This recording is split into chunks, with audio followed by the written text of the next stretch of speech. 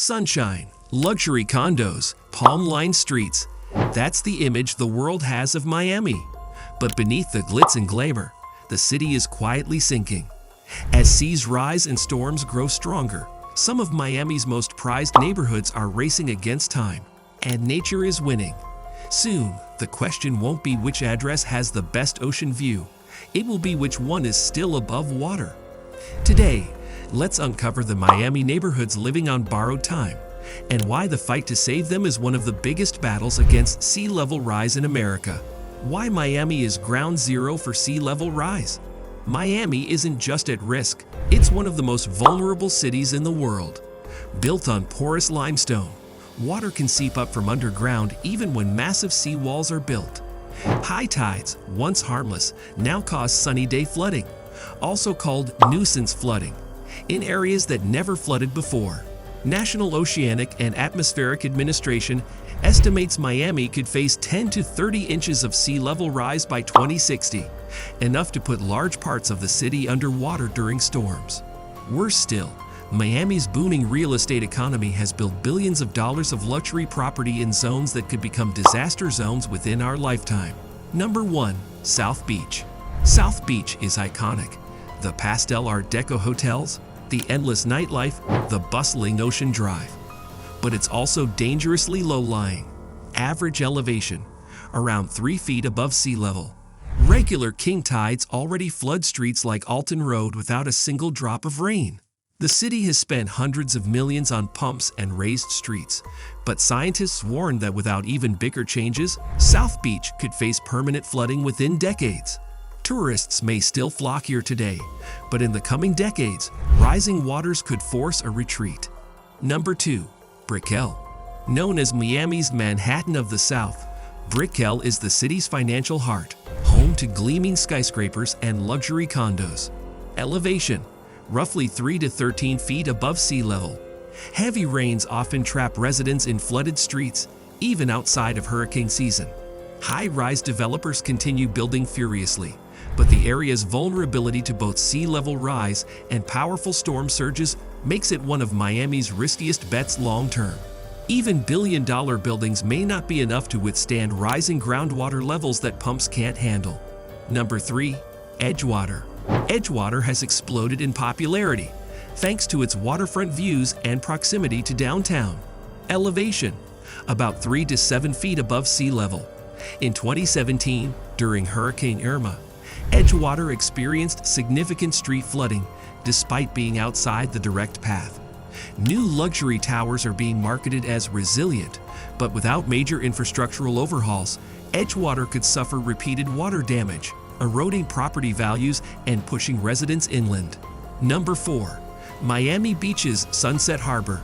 Sunset Harbor is trendy, upscale, and one of the most vulnerable spots on Miami Beach. Elevation, barely 2 to 3 feet above sea level. Millions have been spent raising roads and installing pumps, but the fixes are temporary.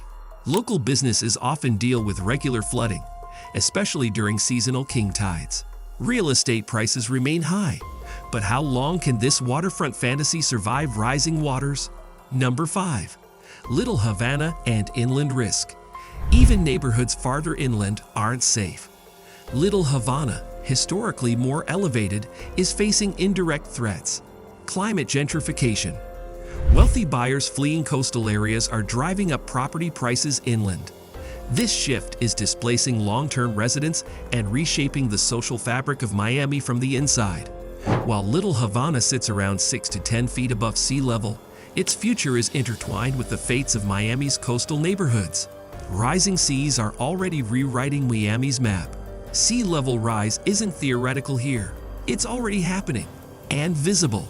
In the last 25 years, Miami has seen an average sea level rise of 5 inches. By 2040, experts predict major flooding could occur every other week without additional adaptation. Real estate market studies are already showing properties at higher elevations appreciate faster than those on the waterfront, reversing decades of market trends. The invisible forces shaping Miami's future aren't just storms. They're the slow, relentless creep of tides higher than the seawalls. Today's million-dollar penthouses could become tomorrow's ghost towers. Without aggressive action and hard choices, Miami's most iconic neighborhoods risk being abandoned to the sea. The question isn't if, it's when. What is being done to save Miami? Miami isn't surrendering quietly. Some major efforts are underway. $500 million Miami Forever bond to fund stormwater pumps, raised roads, and seawalls, raising entire neighborhoods like parts of Miami Beach by as much as 2 to 3 feet. Seawall construction and upgrades citywide. Natural defenses, planting mangroves and restoring wetlands that buffer storm surges. But experts warn these may only buy time, not prevent the inevitable. Without serious global action to slow climate change, local fixes may soon be overwhelmed.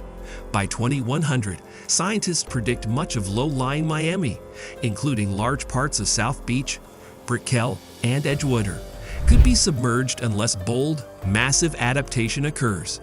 Managed retreat, once unthinkable, is now openly discussed among urban planners. The future of Miami may not lie in battling the sea forever. It may lie in reinventing the city entirely, or surrendering parts of it back to the ocean. Miami has always been a city of dreams, a shining, sunlit escape. But dreams built too close to the water may soon be washed away. Behind the glamour and gold, reality is rising, inch by inch, tide by tide. And unless we act faster, smarter, and more courageously, the magic of Miami may one day be remembered only in photographs. Because the sea doesn't care about skylines, and the ocean never negotiates. For more serious, real-world updates on the hidden dangers shaping our cities, subscribe now and stay informed while there's still time to act.